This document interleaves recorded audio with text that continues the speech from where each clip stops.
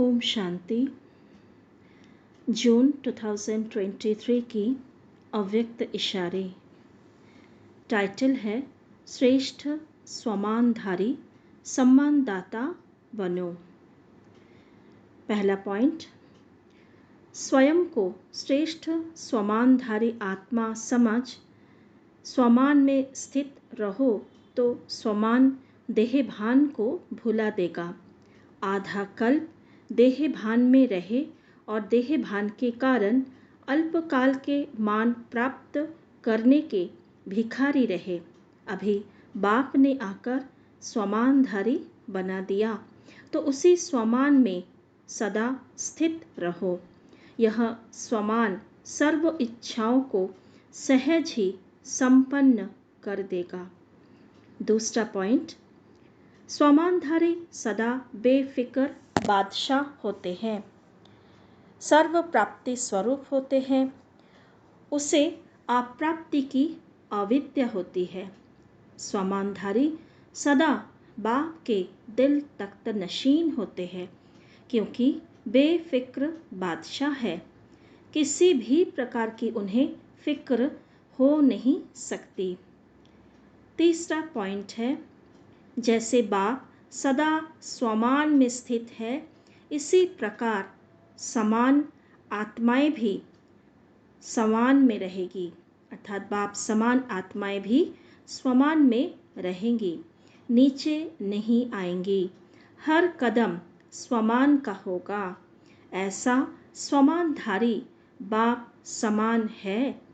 स्वमान ही उनका सिंहासन होगा। भविष्य सिंहासन के पहले स्वमान के सिंहासन पर सदा कायम रहो। सिंहासन से कभी नीचे नहीं आना। भविष्य सिंहासन अर्थात जो सत्युगी सिंहासन। तो सत्युगी सिंहासन में बैठने के लिए अभी संगम युग पर सदा स्वमान में रहना है। फोर्थ पॉइंट, यदि कोई पुरुषार्थी अपनी कमजोरी से या अलबेलेपन के कारण नीचे गिर जाता है, अर्थात अपनी ऊंची स्टेज से नीचे आ जाता है, तो भी आप स्वमानधारी पुण्य आत्मा का काम है गिरे हुए को उठाना, सहयोगी बनाना।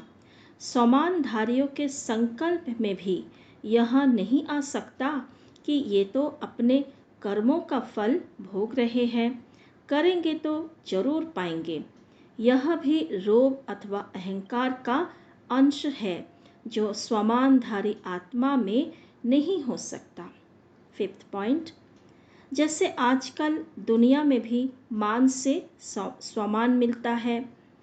कोई प्रेसिडेंट है तो उनका मान बड़ा होने के कारण सम्मान भी ऐसा मिलता है।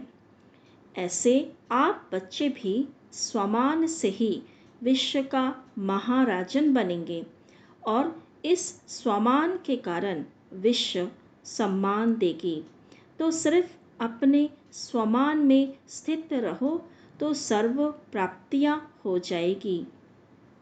सिक्स्थ पॉइंट, कोई छोटा है या बड़ा, महारथी है या प्यादा, सर्व को सत्कार अर्थात सम्मान की नज़र से देखो। सत्कार ना देने वालों को भी सत्कार दो, अर्थात कोई अगर आपको सम्मान नहीं दे रहे हैं तो उसको भी आपको सम्मान देना है।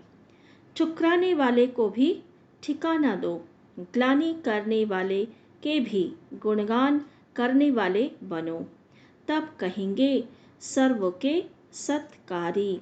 तो क्या करना है, कोई सम्मान ना भी दे तो हमें सम्मान देना है। कोई ठुकराए अपमान करे तो भी उसको शुभ भावनाएं देना है।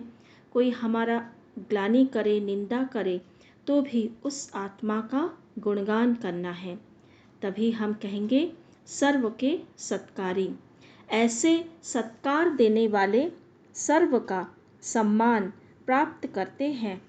7 पॉइंट, मन वचन कर्म तीनों में ध्यान रखो कि एक तो सदा स्वमान में रहना है, दूसरा हर कदम बाप के फरमान पर चलना है, तीसरा सर्व के संपर्क में आने में सम्मान देना है, लेकिन ऐसे सम्मानदाता वही बनते हैं जो सदा निर्माण रहते हैं। मान लेने की इच्छा से परे होने के कारण वे सर्व द्वारा श्रेष्ठ मान मिलने का पात्र बन जाते हैं। यह अनादि नियम है।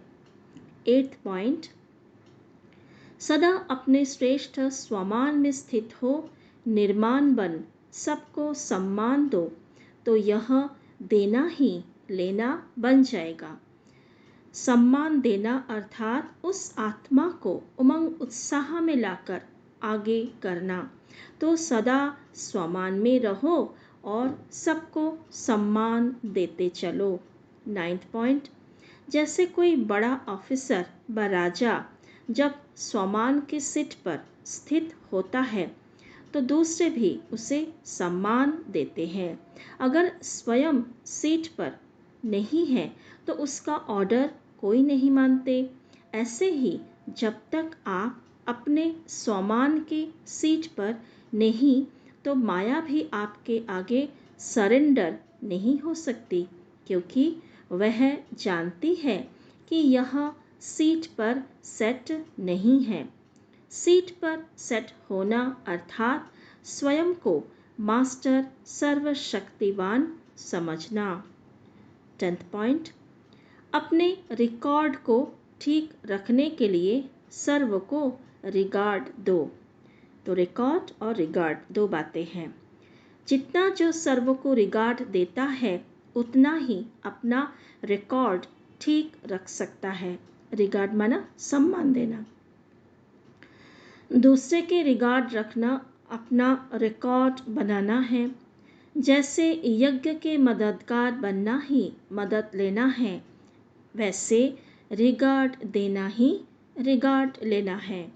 अर्थात हम जब दूसरों को सम्मान देते हैं, रिगार्ड देते हैं, तो स्वतः ही स्वाभाविक रूप से हमें भी सम्मान मिल जाएगा।